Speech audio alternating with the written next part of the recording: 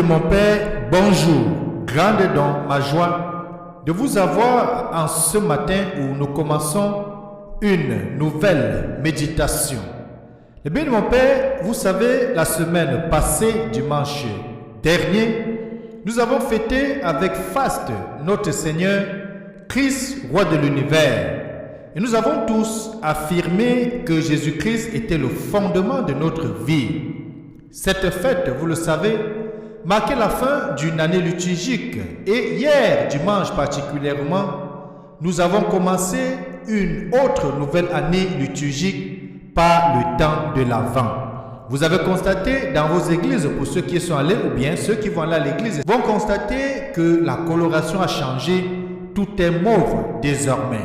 Je le disais déjà et je l'annonçais dans la méditation de samedi dernier. Et depuis quelques jours, nous voyons aussi que les rues sont décorées, les balcons et les façades des maisons sont illuminés, les commerces prennent un air de Noël.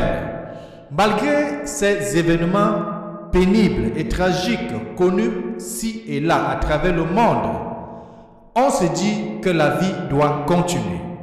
Mais les bénis de mon Père, à ce jour, ce n'est pas encore Noël.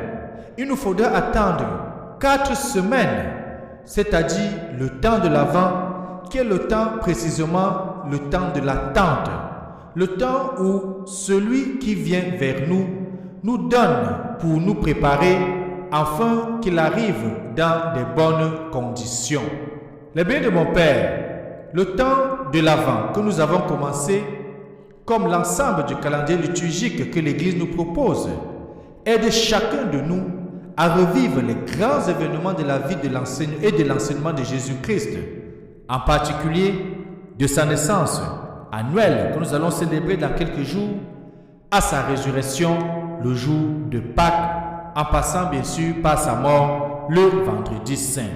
L'Église relit et revit donc tous ces grands événements de l'histoire du salut dans le temps présent, dans l'aujourd'hui de ceux et de sa liturgie.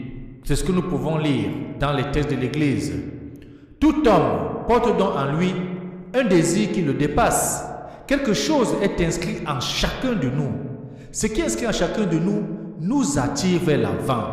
Et dans cette attirance, nous sommes des marcheurs, nous sommes des pèlerins. Et même si nous ignorons vers qui ou vers quoi nous allons, nous sommes en cheminement. Et le temps de l'Avent que nous avons commencé hier est donc là pour nous redire le sens de cette marche, pour nous ramener au cœur de ce mystère de l'attente et nous enseigner ce que Dieu se plaît à nous révéler. Le temps de l'Avent est aussi ce temps de dépouillement et de conversion où l'Église tout entière est invitée à devenir l'Israël de Dieu. Oui, les bénis de mon Père, le temps de l'Avent est ce temps de grâce où tout proclame qu'une lumière nouvelle et un amour nouveau peuvent épargner nos vies. Nous sommes aujourd'hui mardi de la première semaine du temps de l'Avent, le temps de l'attente comme nous l'avons souligné depuis hier et voire même depuis la fin de la semaine passée. Aujourd'hui donc, nous aurons 2 textes bénis de mon Père pour rester en méditation avec l'Éternel des armées. D'abord, nous allons lire le prophète Isaïe au chapitre 11, les versets 1 à 10, dans lequel on va lire qu'un rameau sortira de la source de Jessé. Jessé, il faut le dire, c'est le père de David, et sur ce rameau, sur lui va reposer l'Esprit du Seigneur, l'Esprit de sagesse et de discernement, l'Esprit de conseil et de force, l'Esprit de connaissance et de crainte du Seigneur. Ensuite, nous allons lire l'évangile de Jésus-Christ selon Saint Luc au chapitre 10, versets 21 à 24. Dans cet évangile, nous allons voir comment Jésus notre Seigneur exulta de joie sous l'action de l'Esprit Saint et va prononcer une prière très importante que je vous invite à écouter et même de faire vôtre cette prière qui vraiment exalte l'Éternel des armées. Eh bien, de mon Père, ouvrons dans nos cœurs, apprêtons nos textes bibliques de ce matin pour entrer en méditation et en communion avec l'Éternel des armées et surtout, bienvenue.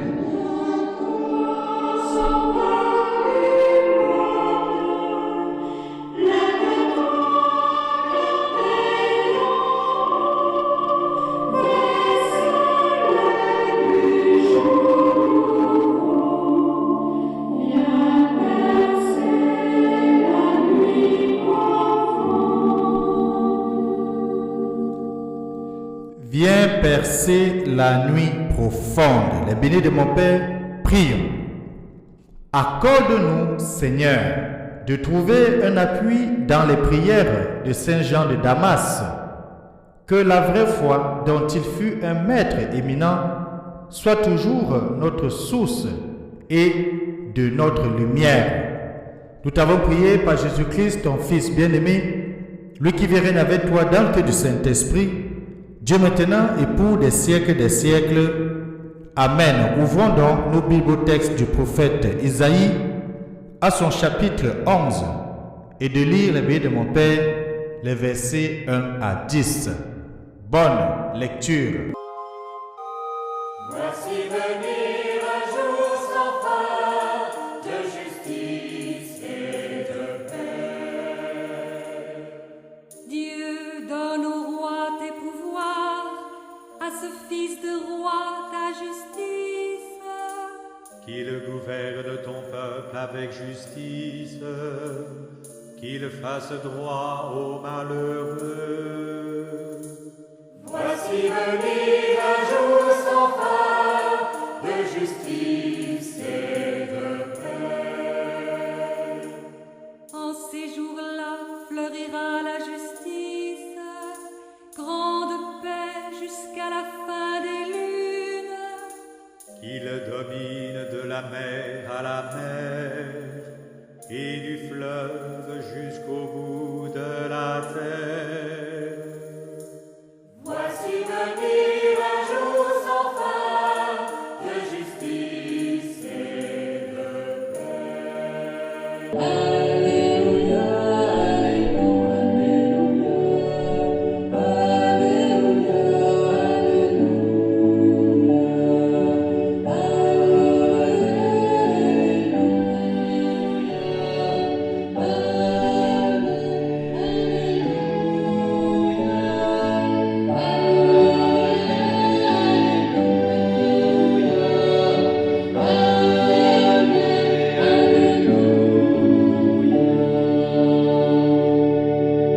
Évangile de Jésus-Christ selon Saint Luc, au chapitre 10, les versets 21 à 24.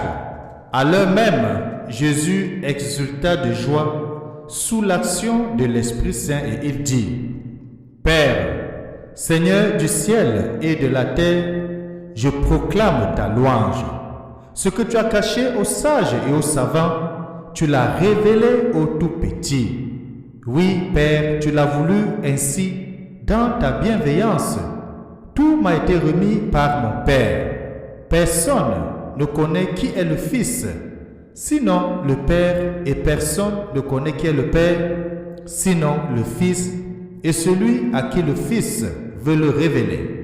Puis il se tourna vers ses disciples et leur dit en particulier: Heureux les yeux qui voient ce que vous voyez, car je vous le déclare, beaucoup de prophètes et de rois ont voulu voir ce que vous-même vous voyez et ne l'ont pas vu, entendre ce que vous entendez et ne l'ont pas entendu. Acclamons la parole de Dieu. Louange à toi, Seigneur Jésus-Christ. Jésus exulte de joie sous l'action de l'Esprit Saint. Les bénis de mon Père, les prières que le Seigneur prononce dans l'évangile que nous venons d'écouter, c'est des prières qui viennent de l'Esprit Saint, sous l'impulsion de l'Esprit Saint. Et dans la première lecture tirée du livre d'Isaïe que nous avons écouté, le prophète disait que va sortir de la souche de Jessé, c'est-à-dire le père de David, un rejeton. Et sur ce rejeton va donc reposer l'Esprit du Seigneur. Et l'Esprit du Seigneur, souligne-t-il, c'est l'esprit de sagesse et de discernement, c'est l'esprit de conseil et de force, c'est l'esprit de connaissance et de crainte de Dieu. Dans ces caractéristiques de l'esprit, je souligne bien l'esprit de connaissance. Et dans l'évangile, qu'est-ce que Jésus-Christ souligne de très pertinent? Il dit: personne ne connaît le Père si ce n'est le Fils. Et personne ne connaît le Fils si ce n'est le Père. Et pour connaître le Père, il faut que le Fils qui connaît le Père le révèle à cette personne-là. Eh bien, mon Père, cela est fondamental pour nous, nous qui sommes chrétiens aujourd'hui, nous qui connaissons Jésus-Christ parce que c'est notre frère, parce que Jésus-Christ est notre sauveur, parce que Jésus-Christ est notre rédempteur, parce que Jésus-Christ est mort sur la croix pour chacun de nous. C'est ce Jésus qui est donc annoncé dans ce temps de l'Avent. C'est ce Jésus que nous attendons. C'est lui qui va venir tout petit, humble, dans une crèche, dans une mangeoire, dans les jours qui viennent. Il faut dire, bien mon Père, que la loi de Jésus, ce qui emplit son cœur de contentement, ce qui satisfait tous ses désirs, la joie de Dieu, les désirs de Dieu, car le cœur de Jésus est le cœur d'un Dieu fait homme. Une joie si pure, si profonde, que les témoins en ont été émus et qui nous invitent à contempler cette joie. C'est tellement inhabituel de rencontrer un homme heureux, surtout dans le monde aujourd'hui, surtout à l'approche des fêtes. Qu'est-ce que nous entendons autour de nous? Les parents disent, je ne sais pas comment je vais faire pour offrir un cadeau, un jouet, pour habiller les enfants ou même pour leur faire manger.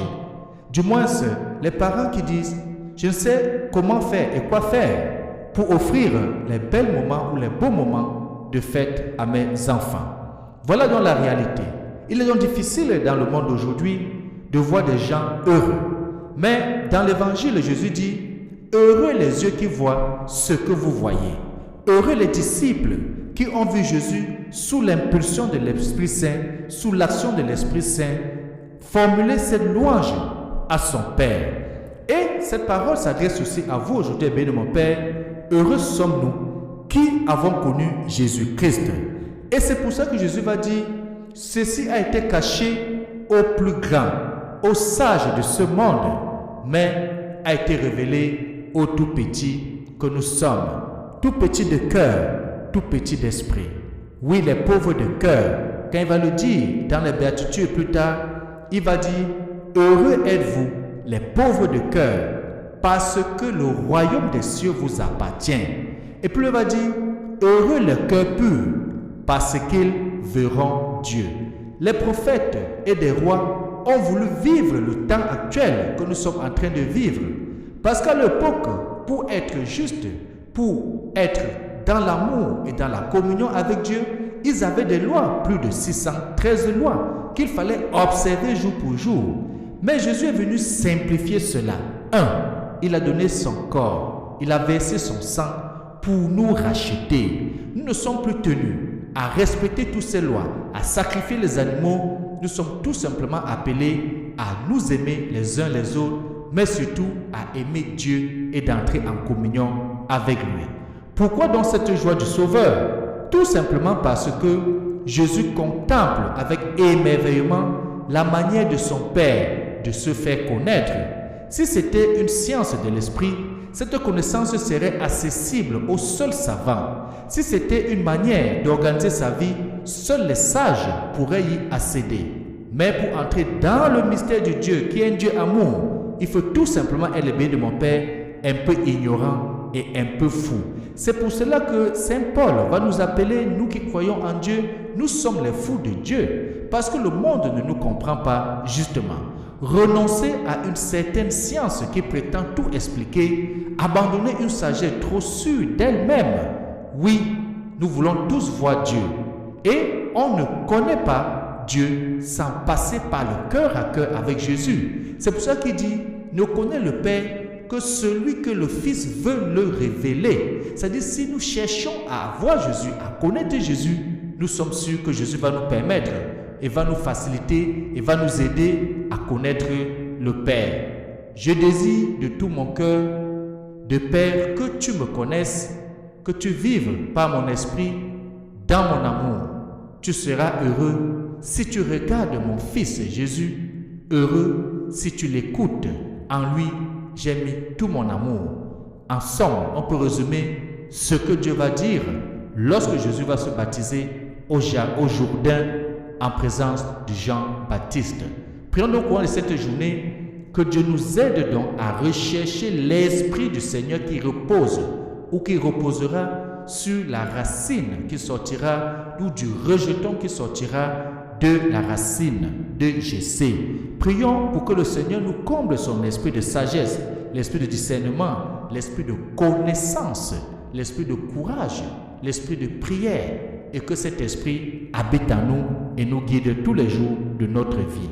Et que Dieu Tout-Puissant nous bénisse en ce temps de l'attente, lui qui est Père, Fils et Saint-Esprit. Amen. Bonne journée.